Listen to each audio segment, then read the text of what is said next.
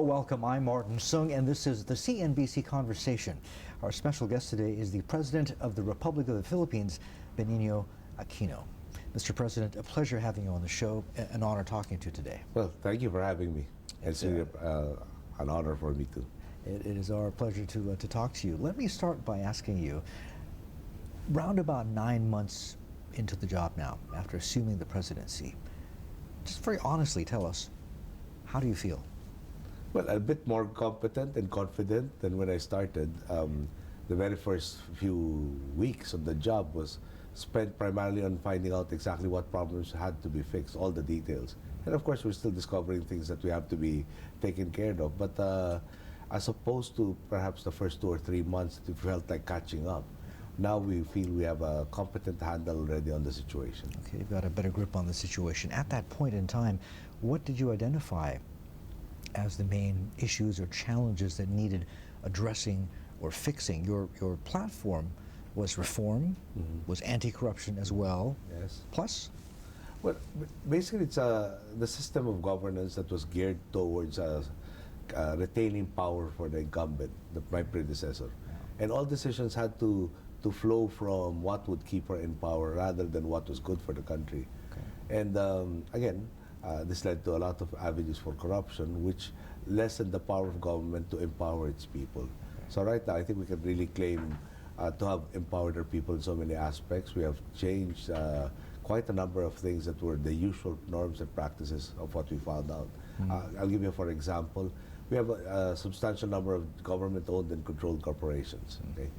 And instead of being the guardians of the people's wealth, they used it as an opportunity to unduly enrich themselves. There's one entity that owed the national government several billions and decided to reward their directors with bonuses and larger per dimes to the tune of about 400 million pesos. So there was that lack of conscience to have done it. So as a result, from a 9 billion remittance to the national treasury last year, we now have 29 billion pesos remittances to the national treasury. So since the economy didn't grow by 300%, that's really a result of better governance and cracking the whip on all of them. Okay. What about the private sector, private companies in the Philippines? I know when you assumed the presidency, a lot of people, there was a certain sense of euphoria in the Philippines. A lot of people compared your ascendancy to what was happening roughly at the same time, actually earlier, in the United States with Barack Obama. Fresh start, change, etc. Since he assumed office, though, he has come under attack from big business, from all sides, in fact. And in the case of the Philippines, a lot of people thought when you assumed power, one of the things you had to do, maybe your toughest challenge, was to address what a lot of people in your country call the UP de la Salle sort of alliance or grouping of people that rule the country, at least corporate Philippines. How much of a challenge has it been for you to fix that? But I think we've got, well, we come from several of the schools that you mentioned. Yeah. But more importantly, when there were very favored individuals and corporations in the past, now that we are striking for the level playing field, the vast majority who were excluded from the preferential treatment suddenly found room for growth and optimism about the future. So to a large degree, it will really be just competence in determining the commercial implications of their ventures that they have to handle, and not political risk, not changing policies. Okay. So, and we have been walking the talk in so many aspects. We promised cutting down of the red tape. There was one model that is constantly in our minds is when they built this road going north from Metro Manila, it took them 8 years to clear the bureaucratic maze and 2 years to construct. So it was a 10-year program that could have been done in 2 years. Yeah. So we have a private-public partnership program. We seek to give either an approval or disapproval within 6 months upon submission of the entries. Okay. The red tape is already being addressed. For instance, nobody sought to fix the registration process. You'll go online. There'll be 3 people in the back office who normally will deny you because somebody had already registered the name. You go back to their offices for 4 to 8 hour days at a stretch until you stumbled upon the correct name. And that is a symptomatic of how business was treated. No investors, no jobs, no jobs, no prospects, shall we say, a depressed outlook and a pessimistic outlook for the future. So our Secretary of Trade and Industry has managed to cut down the process to 15 minutes, inclusive of the time that even a first-time operator will punch in his data on the data sheet. Wow, okay, that's a lot more efficient. If we can look back over the last 9 months, I mean, you assumed office at a time when it wasn't certain that we would ever get out of this great financial crisis. The Philippines, of course, wasn't spared, so not a great time to step up to the job. Since then, you've had a few crises as well. You've had the incident with Hong Kong residents in the Philippines. You've had an immigration row with Taipei. If you had to pick one crisis which was the toughest for you to handle, which would it be in the last 9 months? Well, I think it's the current one, the one dealing with the Middle East situation and the large numbers of our compatriots who are in the various countries affected. Well, I guess since we have such a big population of outside of the country, any disturbance anywhere in the world will have some bearing on us. Do you have numbers? I mean, there are roughly about 8 million Filipinos working overseas, I know. In the Middle East alone, how many? Actually, the figure I have is about 10 million total. In Saudi Arabia alone, it's 1.8 million. Right. In Libya, it's about, the estimate is between 13 to 26,000, but I think the real figure is 13. Okay. You know, part of the mess that I inherited is that you have several government agencies giving you several different numbers. There seems to be a mere processing of papers without anybody really digesting the information. Okay. If, for instance, our Bureau of Immigration and Deportation, one of our compatriots leaves, somebody doesn't correlate it with the arrivals of the same individuals. So there's leeway for a lot of errors as to who is outside and who is not. Now, when it comes time, we have small embassy and consular officials. In Libya, it's about 23,000, and at the onset, it was 26,000 that they had to attend to. In the flare-up in the Korean Peninsula, we had 50,000 in South Korea and 9 in North Korea, and you had about 22, 25 personnel to handle all of them. So that is something we are addressing currently. Okay. We want records to be correct, and therefore, and to include who is out, where he is at, how do we contact him, what organizations he belongs to, because that is the multiplier for the efforts of the embassy, the various Filipino organizations worldwide. Would you agree that whatever number that your agencies or the multiple agencies give you would probably tend to be conservative? There are probably more Filipinos out there than the numbers suggest, some of them possibly illegal. Undocumented in specific countries. Yes, that's true. Okay. So again, that's the reason we have to redo the books and find out precisely and task each of these individual agencies to come up, well, number one, to start talking to each other better and coordinate their actions, and then come up with the correct numbers. Okay. All right, Mr. President, hold that thought. We'll come back and talk a lot more in just a little bit. Our special guest today on CNBC Conversation is the President of the Republic of the Philippines, Benigno Aquino. We'll take a quick break. We're coming right back. Welcome back to CNBC Conversation. Our special guest today is the President of the Republic of the Philippines, Benigno Aquino. Mr. President, we left off, you were telling us about the situation with Filipino workers in the Middle East affected by the crises, multiple crises there. They're important, of course, to you and to your country, not just because they're citizens, but also because these people are part of a huge, I guess, diaspora of Filipinos who remit $18 billion back to their home country every year. Have you seen a wave, a large, significant number of people repatriating to the Philippines as a result of the crisis in the Middle East? Well, the people are in immediate danger, like those from Libya and those from Egypt. But others have, where they've normalized, have opted to go back. So perhaps there will be a temporary glitch. We're hoping it doesn't continue, the problems in the Middle East right now. And then normalcy will ensue. Of course, we're also affected by the oil, which we for the large part import. But and of course there have been price spirals because of that. At least inflation has been kept in check. Yeah. strengthening of the peso has helped us a bit there. Yeah. Let's talk about the economy then. It's not just the Philippines. A lot of economies in Asia are being affected by the surge that we've seen in commodity prices, oil as well, because most of them are net oil importers. Inflation in the Philippines, I know, is running a little bit hotter or faster than the central bank would like, about 4.3% or so. Towards the end of this month, it's going to be a pretty important time for the Philippines. One, because you've got the central bank meeting. Should they raise interest rates from record or historic lows right now? You also have a team from Fitch coming in to decide on your creditworthiness and credit rating. What would be your message in both cases? Let's talk about monetary policy first, and I know it's not fair because you're a president, you shouldn't talk about that, but do you think these are exceptional times that require exceptional policy response? Well, last year when we had the rapid growth in our economy, inflation was kept within the range that was considered ideal, between 3.4 to 5%. So the central bank indeed will be meeting soon, and precisely to determine whether or not there is a need to work on the interest rate. What is your feel on the ground?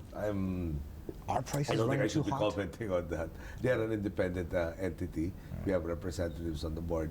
I will be appointing several of them soon, but at this present time, I think we should leave it up to the competent authorities determined by our constitution, which is the central bank. Okay.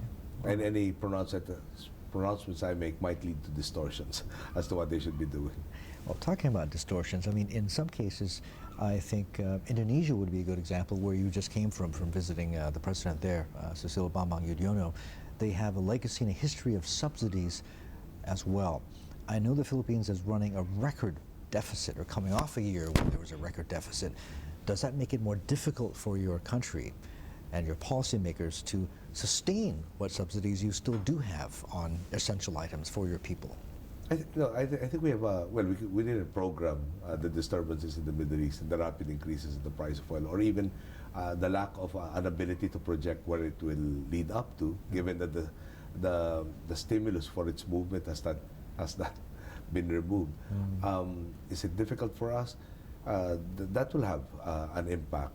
But at the same time, since there is a resurgence of economic activity, and there is I understand after my time in School of Economics, there is a new school of, we didn't project. Nobody, I think, projected the turmoil that would happen in the Middle East. There is pressure before that on food, drought in China, fires in Russia, lack of sugar production in Brazil.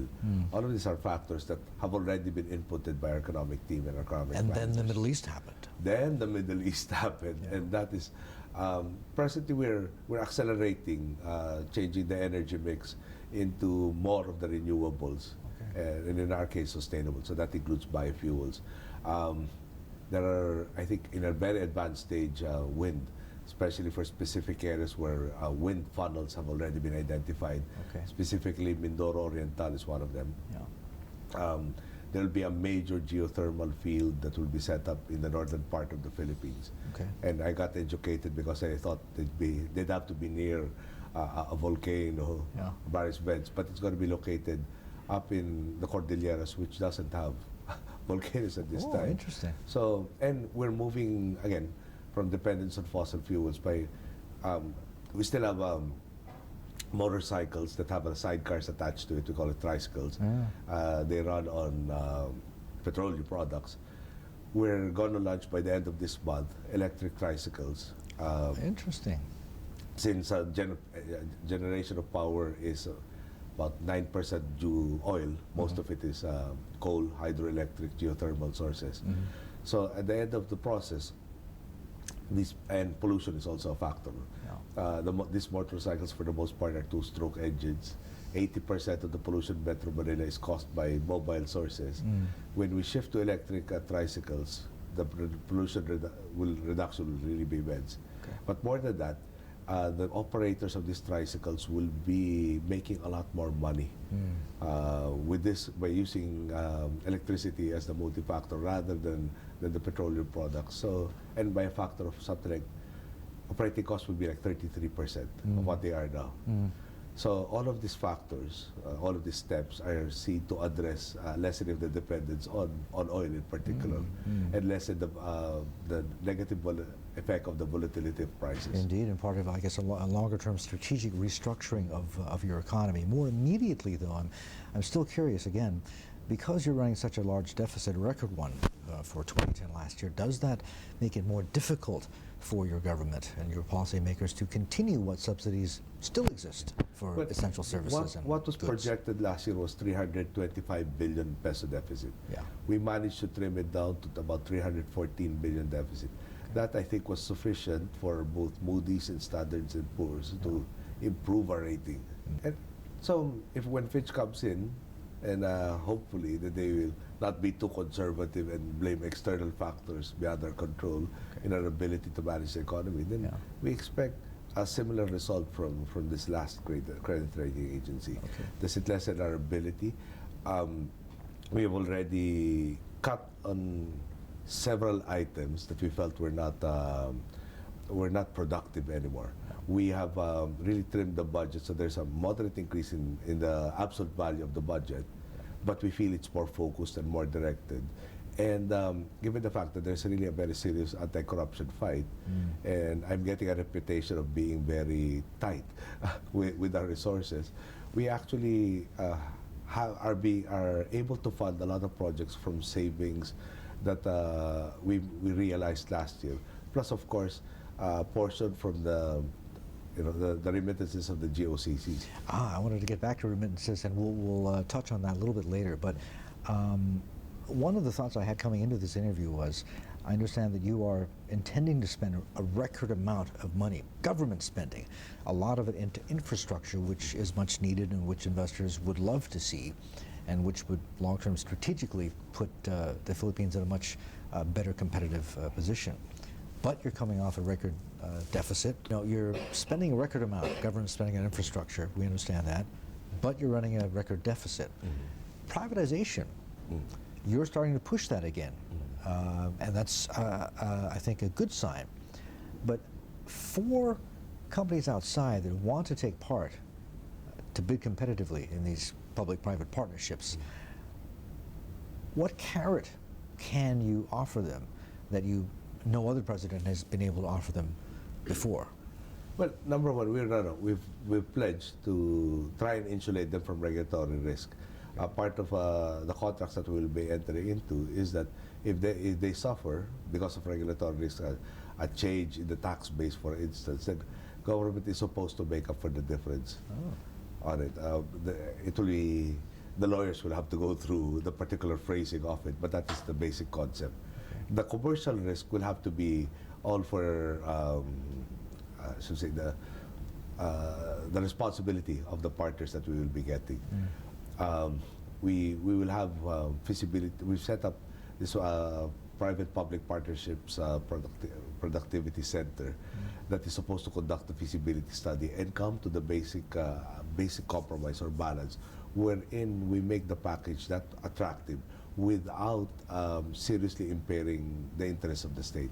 For instance, when we had the energy crisis in 92, thereabouts, we entered into agreements, for instance, in the production of electricity that amounted to our guarantee to buy all of their production, regardless of whether or not we needed the same, at very high prices. So that has really pushed our electricity rates amongst the highest in Asia. So regulatory risk basically seeks to lessen the unforeseeable and unprogrammable risks attended to this process. We think the projects that we have been proposing are evidently doable and evidently profitable for the partners that will be coming in. And we got actually a response of about 700 participants when we launched the program, with the expectation of only 300 interested parties. So all of them paid, and so indicating seriousness in attending, and we will be bidding out the first 5 by the end of this month. Okay, interesting, and I'm sure a lot of investors will be and markets will be watching. If we could move on or move back to the issue of remittances. 10 million Filipinos working overseas. They are hugely important to the economy because they feed through to consumption and spending at home, their families and friends, etc.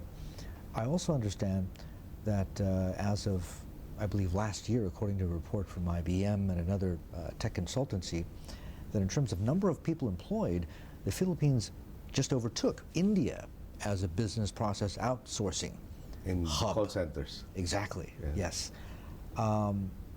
When I think about this, I think, well, this is good, because then it means potentially a lot more jobs at home, Right. and not as many people may have to go overseas. But is it going to happen fast enough to offset the loss from remittances?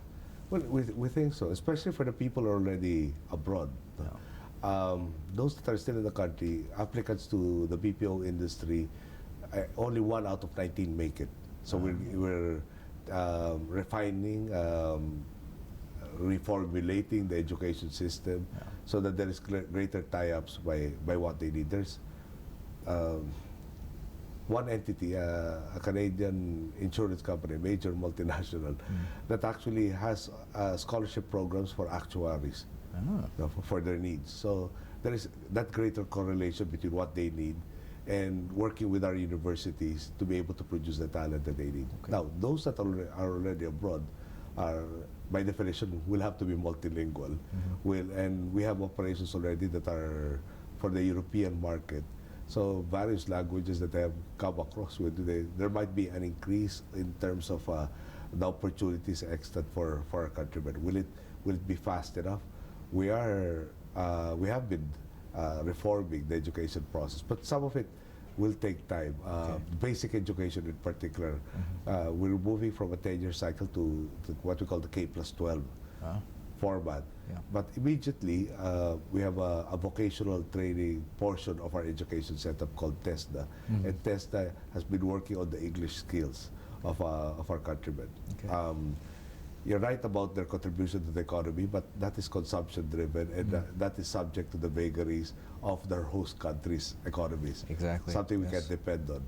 So we are transforming that to investment-driven increases in the economy.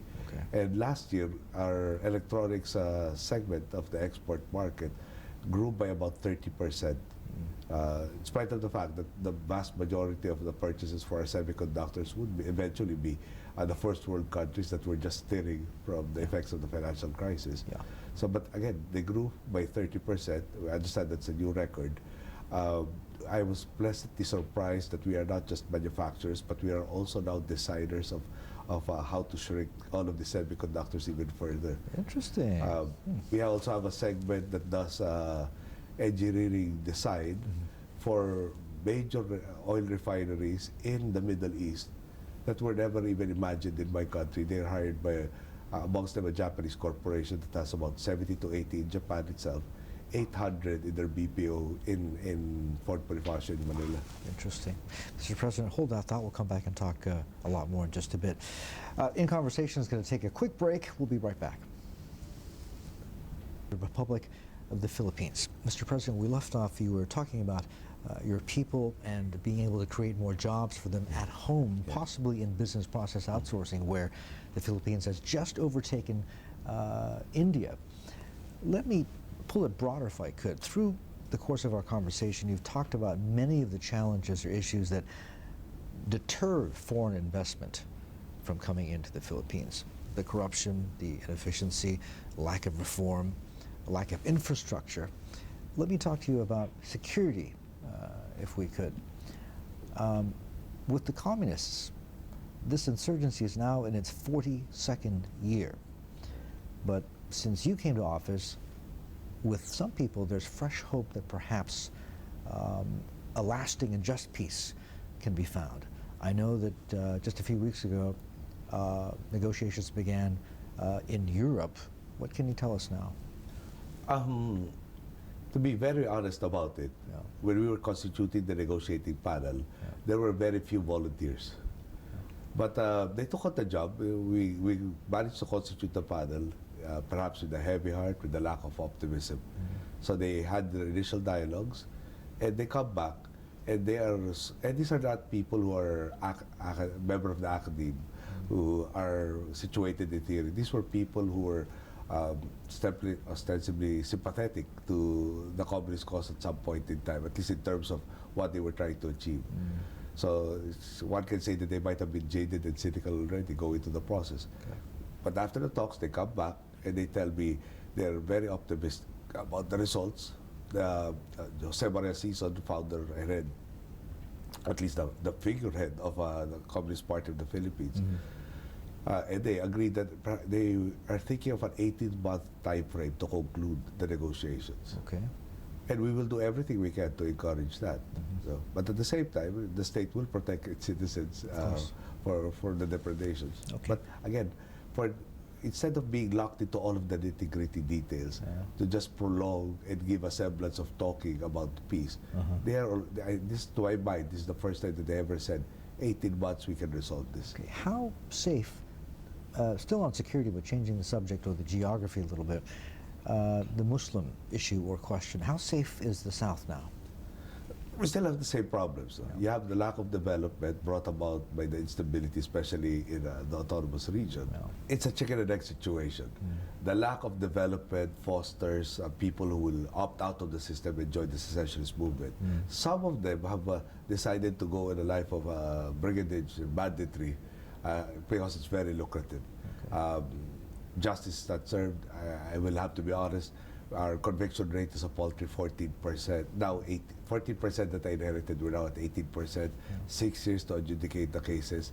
In certain portions of the autonomous region, we can't even get judges to accept commissions or appointments, and certain courts are not filled up. Because they're scared? They're primarily. Yeah. So no recourse to law. They take the law to their own hands. Most of our security forces are concentrated in Mindanao. We have had a ceasefire with the MILF that has been holding for the large part for quite some time. We are even more optimistic of solving that problem perhaps within a year and a half as a maximum. And there have been very positive developments, changes in the third-party facilitators, for instance. Concrete evidence of support by the members of the international monitoring team, amongst them Malaysia and Indonesia, and other countries. And of course, the willingness of the leadership of the MILF to really sit down, and they have given me a modicum of trust that I will keep to my word, and we will work under the ambit of the Constitution. Okay. More recently, and in an urban context, and I don't mean to be rude, but some of your critics have said that the way you handled the situation with the Hong Kong tourists and the bus and the shootings, that you bungled it, one, and two, that consequently or subsequently you also raised the ire of China, which is not helpful. In your own defense, what would you say? Look at, if you were able to see it from, not from hindsight, but from the point of view that you were actually there. I think I was informed about 10 o'clock in the morning or so. And one of the first images I saw on TV was the hostage taker releasing hostages even before the negotiating panel had talked to him. I asked anybody, anywhere in the world where such a situation happened, where a hostage taker will exercise goodwill first. There were no demands from the hostage negotiator. You go through the whole process until the early evening. And to a large degree, he had this rifle slung. He wasn't threatening anybody immediately. That gave us the sense that we could probably talk him down. That any ostensive signs of preparing an assault, for instance, would probably push him over the edge. You have, since we're talking about the Chinese, Sun Tzu himself says, give them room to, don't pit them against the wall. Otherwise, they go desperate. There were a lot of defects that I had to work with. Communication with the hostage taker was available for everybody who knew how to get in touch with the cell number.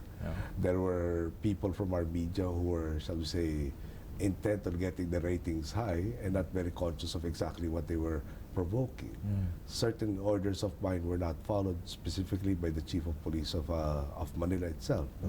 He had his superior, who was the former commander of the elite forces of the PNP, who was present, but for whatever reason, chose to intervene too late in the process. Now, when the hostage taker, and we can't even say that he was a complete villain, He was a victim of a system that he was dismissed from the service. He had filed a motion for reconsideration under the rules of the ombudsman that should have been resolved within 5 days. 9 months later, it wasn't resolved. Yeah. And on top of that, he couldn't go to any higher body until there was a final adjudication from that body. So he was in a catch-22 situation. Okay. Now, given that desperation, he still acted, well, I don't know if reasonable is a correct term, but at least rational, until he was pushed into that wall.